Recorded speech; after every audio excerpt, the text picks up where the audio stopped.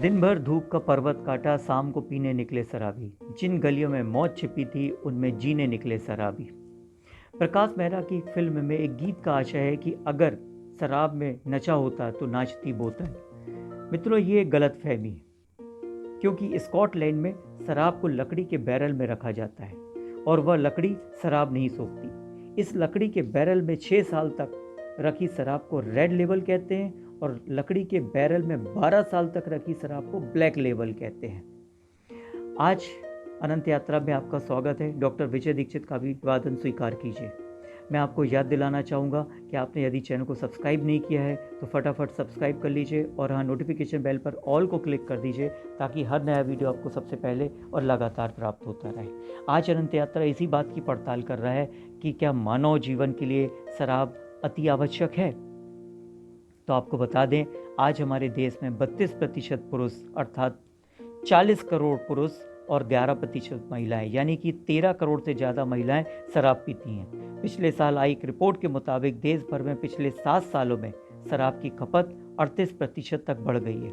इससे पहले 2010 में प्रति व्यक्ति शराब की खपत जहां 4.3 लीटर थी, वहीं 2017 में यह प्रति व्यक्ति खपत 5.9 लीटर हो गई। अनुमान है कि इस साल देश में करीब 700 करोड़ लीटर शराब की खपत होगी। चिंता की बात यह है कि शराब से हमारे यहाँ हर रोज 700 लोगों की मौत हो जाती है। यह पता होते हुए भी हमारी कल्याणकारी सरकारों ने लॉकडाउन में ही शराब की दुकानें खोलने की परमिशन दे दी। शराब की दुकानें खुलते ही सोशल डिस्टेंसिंग की धज्जियां उड़ गईं। शराब की दुकानों पर भीड़ टूट पड़ी।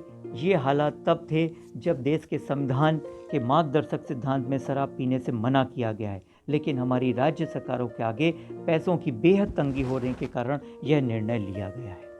अब तो लॉकडाउन के कारण शराब ऑनलाइन सप्लाई होने लगी है और यह ट्रेंड इस अवधि में इतना बढ़ गया कि 900% के आंकड़े को पार कर गया।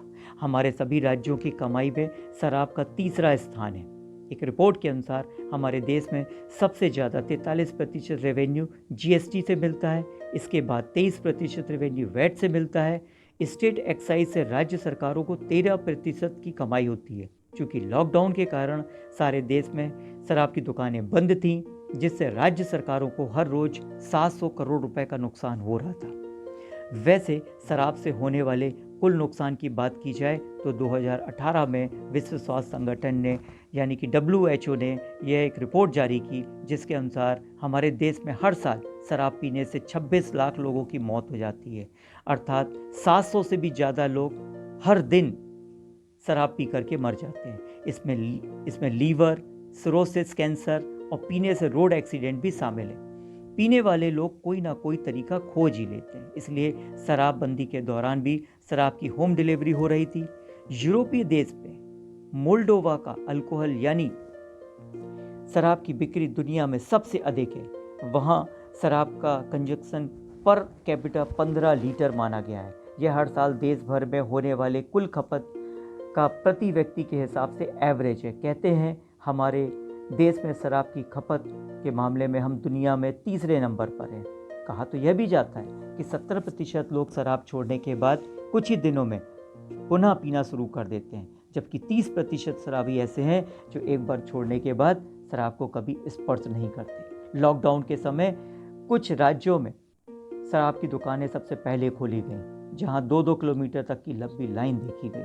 शराब की दुकानें इसलिए खोली गईं ताकि सरकार को अपने प्रचार के लिए पैसे मिलते रहें। 100 रुपए की शराब पर 70 रुपए कोरोना टैक्स भी लगा दिया गया। जब सरकार शराब बंदी करती है तो अवैध हाथ भट्टी की बिक्री तेज हो जाती है। इससे बेचने वालों की तो कमाई दिन दूनी रात चौगनी होती है, पर यह गैर कानूनी तौर पर पुलिस और स्टेट एक्साइज डिपार्टमेंट के लोगों को चांदी पहुंचाती है। कहते हैं सुप्रिंटेंडेंट को तो करीब करोड़ रुपए महीने भर में मिल जाते हैं, पर इस अवैध हाथ भट्टी से सरकार को एक पैसा भी रेवेन्यू में नहीं मिलता है। फिल्मों में भी कई फिल्में इस बात पर भी केंद्रित रहीं कि जो नायक और नायिकाएं हैं वो किस तरह से शराब पीते हैं और अपने जीवन को अच्छा बना देते हैं, लेकिन ये एक गंभीर विषय है। तो मैं आपको यही आगाह करना चाहूँगा कि आप शराब से दूरी बना करके रखिए। मित्रों, वीडियो को शेयर कीजिए, लाइक कीजिए, अनंत यात्रा चैनल को सब्सक्राइब करना नहीं भूलिएगा। धन्यवाद।